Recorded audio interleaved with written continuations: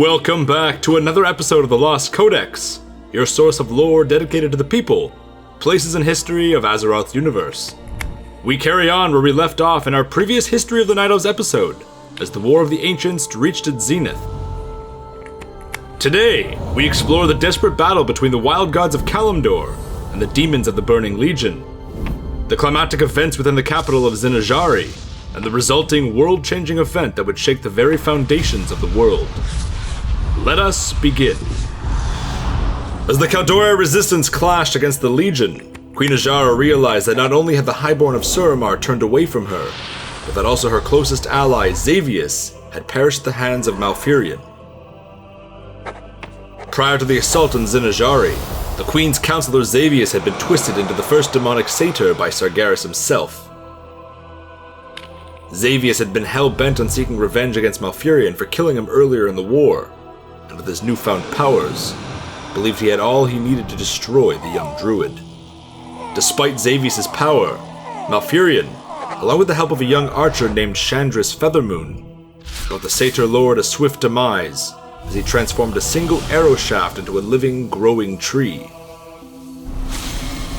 The arrow's roots buried deep within Xavius' flesh, feeding off of his very veins and life fluid, transforming his skin into bark and his horns into branches. As the druidic spell took its final, agonizing hold, Xavius promised Malfurion this would not be their final encounter, before solidifying into a solid, gnarled oak tree. With two of her allies now gone, Azshara turned her eyes to the well and sought to hasten the task that had been given to her. The Queen instructed her allies to weave a vast, complex spell to strengthen the portal that was being transformed within the Well of Eternity. She had to ensure Sargeras' arrival was not to be stopped. Outside, as the battle raged on, Tauren, Furball, and Earthen clashed alongside the Night Elves and Wild Gods against the demonic hordes. Yet despite their determination to save Kalimdor, many of these brave defenders fell to the sheer numbers of the Legion. Brothers Ursoc and Ursol fell to swarms of Fellstalkers, while Aviana was felled by the spears of Doomguards. Wild gods like Malorn and Agamagan gave their lives fighting the demon lords Archimond and Manaroth. Elsewhere on Kalimdor, the wild god Tortola stood as a barricade against hundreds of demons, covering the retreat of many of the mortal defenders, before vanishing beneath a pile of demons. While Goldrin, the White Wolf, rampaged across the field, before eventually succumbing to his devastating wounds. Emboldened by the ancient sacrifice, and desperate to avenge them, the resistance pushed on as an elite force, led by Malfurion and Tyrande, stormed their way into the palace. Inside, Malfurion was rejoined by his brother Illidan, who promised that he had only joined Azshara and the Legion to learn their secrets.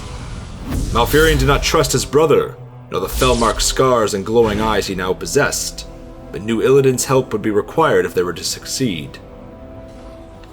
Soon after, Malfurion was faced with the terrible truth of the Queen's plans. Azshara's Highborn had been turning the Well of Eternity into a portal in an attempt to bring the Lord of the Burning Legion through to Azeroth. The Druid realized the only way to win this war was to do the unthinkable, destroy the very source of power that had given rise to their culture. Together, the three would steal back the Dragon Soul, which had been a part of the stabilizing ritual. Malfurion knew he had to disrupt their work, and called upon the primal powers of nature, conjuring a devastating storm that battered the city of Zin-azshari.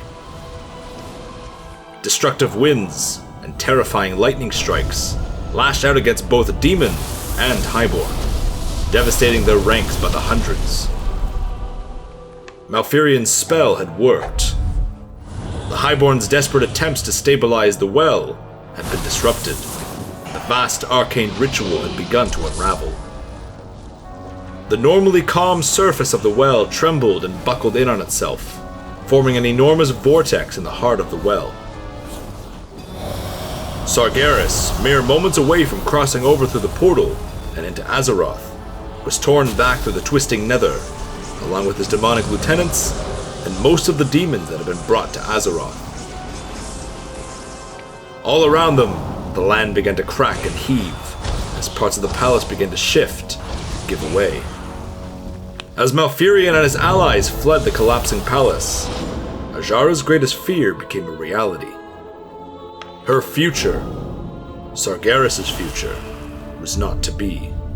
Her plans had failed. She had failed. But the Queen, defiant and bold as ever, refused to believe what was happening around her, as did many of her faithful highborn. As the torrential waters rushed into the palace, Azshara raised her powerful weapon, a scepter that bore the waters from the well and gave the Queen utter control over the energies of water. Using the scepter, she conjured a great shield of power around her and her followers. The roaring water swept her followers into the depths, and for a moment, the shield saved them. But as the churning, violent vortex dragged them further into the dark, Azshara felt her blood run cold. She called upon the scepter to light their path and warm them, and it did. But deeper and deeper they were dragged down, and the Queen called out to the scepter to give them the means to breathe underwater, and for the first time, the scepter did not obey. The highborn and their queen began to panic as oblivion and darkness closed in around them, crushing their life from their bodies. But all around them, shapeless entities stirred in the dark. The highborn felt the whispers of unknown origins fill their minds, and the tendrils of ancient darkness encased Azshara and her faithful in their powerful, maddening grip. Queen Azshara and her highborn did not die that day, but instead, they became something new.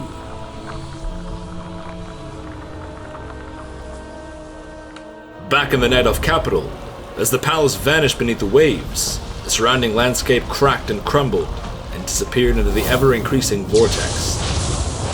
Enormous swaths of the dense wilds of the lands vanished into the cataclysmic maw of the former Well of Eternity, as the defenders of Kalimdor desperately fled westwards to escape the devastation.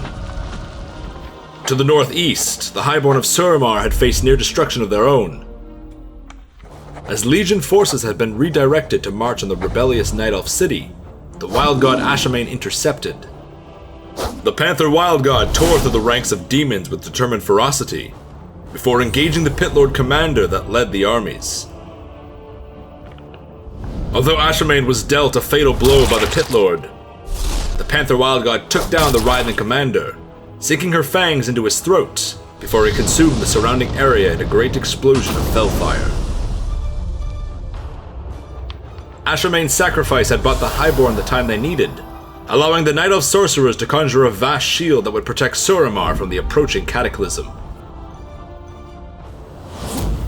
Eventually, the sundering of the world came to a stop, and the world tremors subsided. More than 80% of Kalimdor's landmass had been destroyed during the cataclysmic event, leaving Kalimdor a mere fraction of its original size. Around the world, scattered islands and other enormous landmasses have been formed anew with the Sundering, leaving the face of all of Azeroth forever changed. Thank you for joining us for another episode of The Lost Codex. After a year of leaving the War of the Ancients episode on a cliffhanger, we decided to return to this crucial moment in lore. With the events of Battle for Azeroth looming, we knew a video featuring Tyrande, Malfurion, and Azshara was important. We'd like to take this moment to thank all of our patrons, for without their support, these videos wouldn't happen. If you enjoy our content and wish to see more from us, and more frequently, consider heading over to patreon.com/thelostcodex and checking out our rewards. We hope to be able to make these videos full-time one day, and Patreon is one of the ways that'll help us as content creators reach that dream. We'd also like to thank all of our Twitch subscribers for their support as well. We promise that as Battle for Azeroth launches, our presence on Twitch will increase tenfold. In the meantime, head on over to twitch.tv/lostcodexlore every Sunday for the premiere of our newest episode of Decoded, the Lost Codex podcast, where myself, Jesse, and my weekly guests scream about all things lore and Warcraft. On Twitch, you'll also find the occasional stream where Jeff showcases some behind-the-scenes moments in the production stages of our videos. If you're interested in becoming part of the Lost Codex fan community, check out the Discord link in the description. In addition to Discord, you'll find our links to our EU and NA BattleNet communities below. Come and join either, or both, and participate in lore conversations and just general friendly awesomeness. Thank you all so much for your continued support, and we'll see you all very soon.